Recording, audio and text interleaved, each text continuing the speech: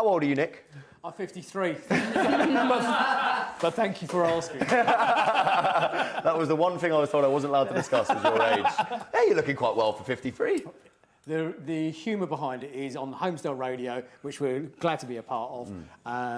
The running gag is that my age. I'm the senior statesman on Homesdale Radio, but they don't respect their elders, any of them.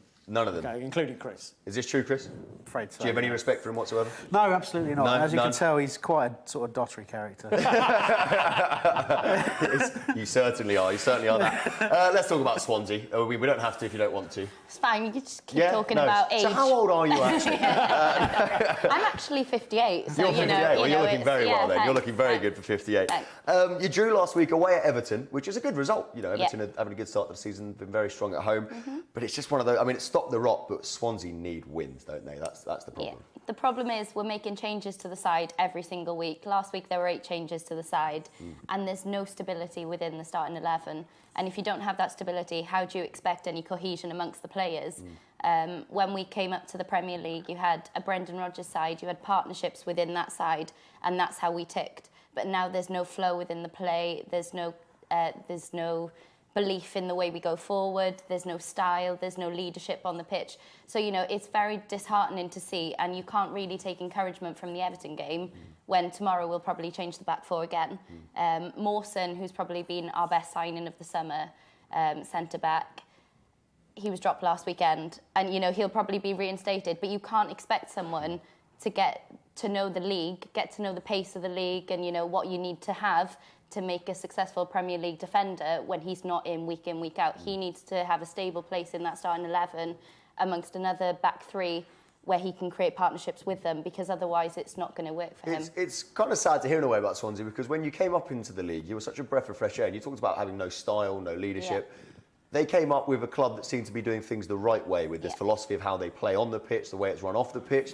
How has it all capitulated, as the word is, capitulated so quickly? From board level right down to pitch, it's all eroded, and it is really disheartening, and it's really upsetting to see the way it's happened. Obviously, we've sold out to Americans. There's so much going on with that story in particular, and then that's just transpired onto the pitch. You know, there was signings in the summer. I think there were 2 main things: the selling of Ashley Williams, because we now have no leadership on the pitch. Aside from what he offered as a centre-back, which hasn't been replaced, but I think Mawson could be his long-term successor. He's got the attributes to do so. But there's no leader on there. When Mawson scored an own goal against Stoke, there was no one to go up to him, put their arm around his shoulder. There was none of that. So we don't really have the leadership attributes to replace that. And then the second one was we had the opportunity to sign Joe Allen.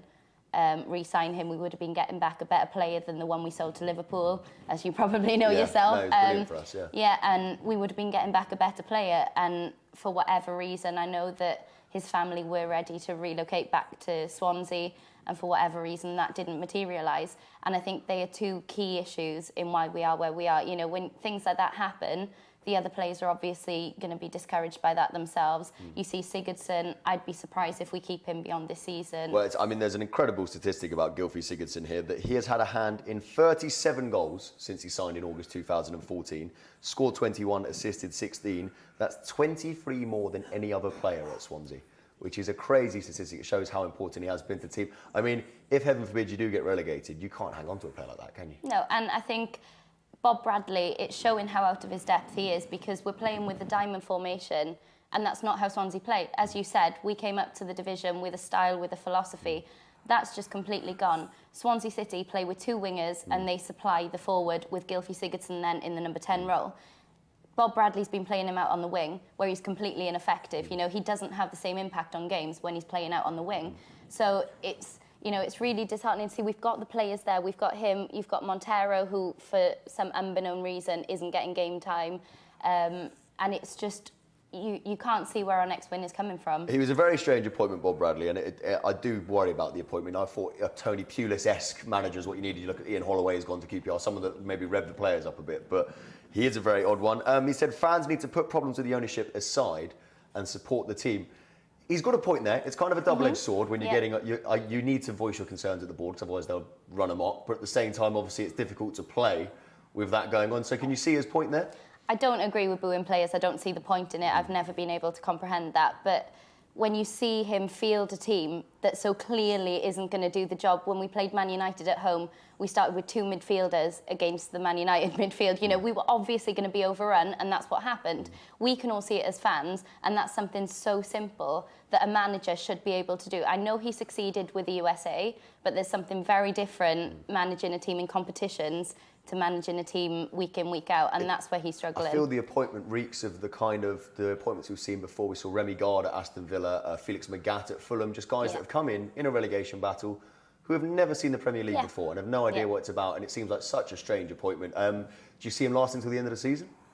Definitely not. I know maybe there is going to be because the board brought him in, but I still believe that Guidelin deserved more time. He got sacked on the back of the Liverpool game, and in the first half, I don't know if you saw the game, but in the first half against them, we pressed so high up the pitch, we were dominant against Liverpool. I know we fell off in the second half, but there was so much encouragement to take from that game that you wouldn't sack a manager on the back of it. So it reeked of the decision had already been made prior to that game. So I don't know then whether the board would stick with him a little bit longer because it was their decision. But you don't really see from, as I said about Ashley Williams, there's no leadership on the pitch. You don't really see where the leader is off it at the moment either. Hugh Jenkins has got a great history of appointing the right manager at the right time, but I think it's gone wrong with Bob Bradley. I don't think this is going to work out. Yeah, I completely agree. I don't think the Swansea fans. I see you guys nodding there as well. Yeah, there's some really strong parallels there because you talk. Firstly, to talk about the loss of leaders. I mean, that's something that we've experienced through Pardew looking to sort of clean the sort of old influence of old Palace out. Aston Villa. Precisely, that's the main one really. But also the sort of the change in style. You go back to exactly what you're talking about. Swansea had an identity, and they were a club I really admire Swansea because they went all through the divisions and they had a stamped identity where they played a certain way. And any manager that came into that, because obviously it started mainly with Martinez, I suppose, he brought culture in. Well. And any manager who came in had that to work with, that framework, and kept to it. And now it just, you know, from the outside looking in, it's been dismantled because of a change in ownership. And we have a little bit of that going on. We've got some American investors, and we've got ambitions, and it always comes down to that, in my opinion. I don't know if you agree with it, but it's ambition. You have an ambition, so you look to change something. But you know, so many clubs fall down after they try to sort of reach loftier ambitions.